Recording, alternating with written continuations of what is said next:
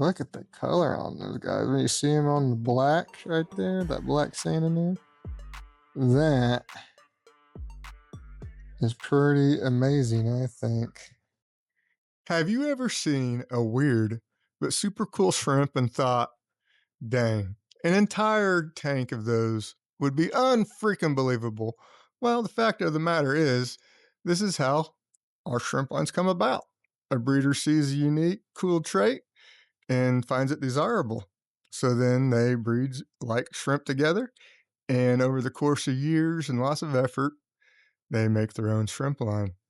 And today, I'm going to show you one of my projects, possibly one of my favorites, and that is my Bloody Mary Rili that also throws blue Bloody Mary Rilis, and that's the Bloody Mary red on the tail, Bloody Mary red on the head, and a slight bit of blue in the middle. These shrimp are pretty awesome, and let me tell you how we got to this point. So the reason I call these shrimp Bloody Mary Rilis is because one day I was looking at my Bloody Mary tank and I thought, what the Sam hell is that? That's a Rili shrimp. And I happened to have an extra tank. I caught it. I was like, I'm going to save this guy for later. And then I went to scooping and scooping. And what in the hell is that? It was another Rili, but this time the middle was blue. I thought, you gotta be kidding me. This is crazy. And then as I was going through, I found another one. It wasn't very good, but it was kind of a Bloody Mary Rili. It had a bit of a clear spot in its middle.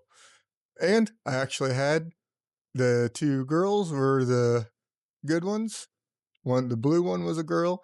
And then the one that's kind of crappy was just kind of a boy. They bred out. They didn't breed out a lot because they was with guppies. They was in a guppy tank. And then there was, I'd say there's probably like 70 shrimp in there. And I think I kept I think I had the 3 originals if they were still alive. I think the originals were still in there. And then like maybe 7 or 8 that were kind of good, you know. There's a handful that were kind of good. But it was just letting them restart, breeding them out, restarting them down to the very best few, doing that over and over and over again throughout the years. And now we're to the point where we are now. And so right here, there's a 20-gallon tank. We did a 40-gallon tank for the Supermans, but we're going to do a 20-gallon tank in here. And hopefully this is the start of me being able to share this crazy line I've been working on for all these years. So these are the said Bloody Mary Rilis that are also blue. As you can see here, we definitely have some picking to do, but considering the randomness of this line, I think we've made tons and tons of progress. This is that tank where they're all in. First, we've got to pull out all this moss, get everything out so that we can easily see all the shrimp. And the plan here is we're going to call out all the ones that are culls and all the younger keepers. We're going to keep the big, awesome breeders in this tank. But then we're going to pick out the younger good guys like this one here. And they're going to go to the new tank that is ready for them. And that is this 20-gallon tank right here. I've had this tank up and running ready for these guys for, I think, a couple months now. So it's ready. I just haven't had the time to get around. I wanted to make a video doing this. And so now, let's tackle it. Let's start on the tank. All right, time to get started. First thing we're going to do is pull out all this moss and make sure we don't accidentally get any shrimp. So there's a lot of shrimp in here. So we're just going to carefully, slowly and meticulously pull out all this moss.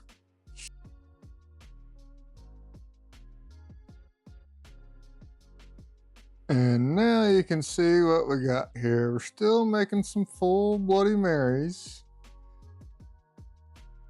Some are almost like black or chocolate looking. Pretty cool. We have lots of good ones to pick out. Lots of bad ones to pick out. We're going to leave the big adult keeper breeders in here. The young guys who are showing promise, we're going to move over to the grow out tank. So I just started catching them and sorting them out of the tank. I put in some algae wafers to gather them all up and started catching them, and then quickly realized, crap, there's a ton of shrimp in here. I'm going to be doing this all day. So then I went to the next game plan. So after all that, we've got a lot of shrimp picked out, but we still have a lot, and I had way more shrimp in here than I ever thought, to be honest. So I guess it's gonna kind of be a reset. I don't think I'm gonna hard reset the entire tank, but we are gonna pull all the shrimp population out. Let me show you the progress. So this is the sorting table. The middle bin here is the random catches I get out of the tank. I just take a big net and randomly catch them all out. This will be the ones that go back in that tank. These are the great big good mamas. And then over here are the ones I've caught so far for the new tank. These are the young ones. There's a couple older ones I've put in here.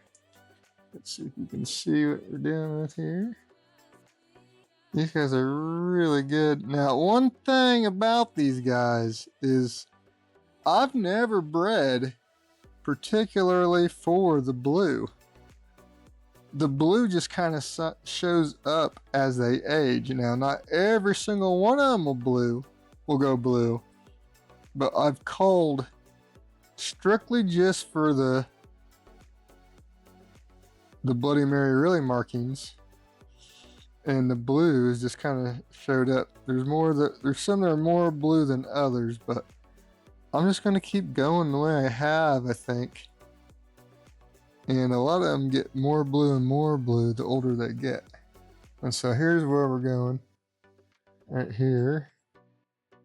Look at the color on those guys. When you see them on the black right there, that black sand in there, that is pretty amazing, I think. Those guys are pretty awesome. All right. So let's get to picking. Okay, so I've selected all the ones I want to keep. From the middle one, here's where we put all the younger, mostly little ones for the new tank, for the grow out tank. And here's where we're getting the big girls. And a couple, I'll make sure to put in a couple boys in there for them too. And so that's how we do it. We keep scooping shrimp out of that tank, out of the tank we're working on. Put all the shrimp in this container. Pick out the good little ones. Pick out the good big breeder ones. And then when we get to this point, we got all the ones we want to keep out of here. Then we'll put these in the skittle tank. Alright, so I dumped them all in this container here. And so now, all those are going to go in the Skittles tank. That's a cool Bloody Mary type. I probably missed a few decent ones. Yeah, I see some pretty good ones. Well, we do the best we can. We get all the ones we can get. Cool stuff. Alright, now we go back to the tank. Keep go until we're done, and I'll show you what we end up with. And here we are. Here's the new tank completely reset. So the first thing we got to do for this tank is add our Plucko buddy back in. Here's our Plucko buddy.